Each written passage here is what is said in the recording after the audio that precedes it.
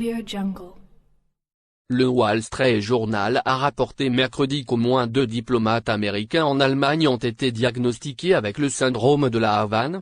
Le journal a souligné que les 2 diplomates avaient reçu un premier traitement après l'apparition des symptômes du syndrome. Le syndrome de la Havane est une maladie mystérieuse qui a été découverte pour la première fois à l'ambassade des États-Unis dans la capitale cubaine, la Havane en 2016, donc elle a été appelée par ce nom.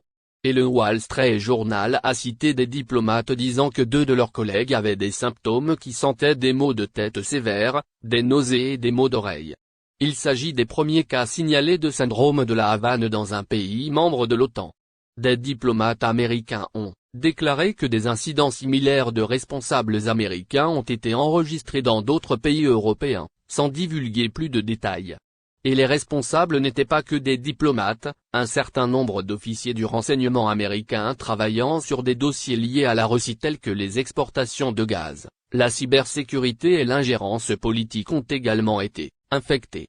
Ces dernières années, les diplomates et le personnel ont soudainement développé des symptômes tels qu'une perte auditive, des étourdissements et d'autres problèmes neurologiques.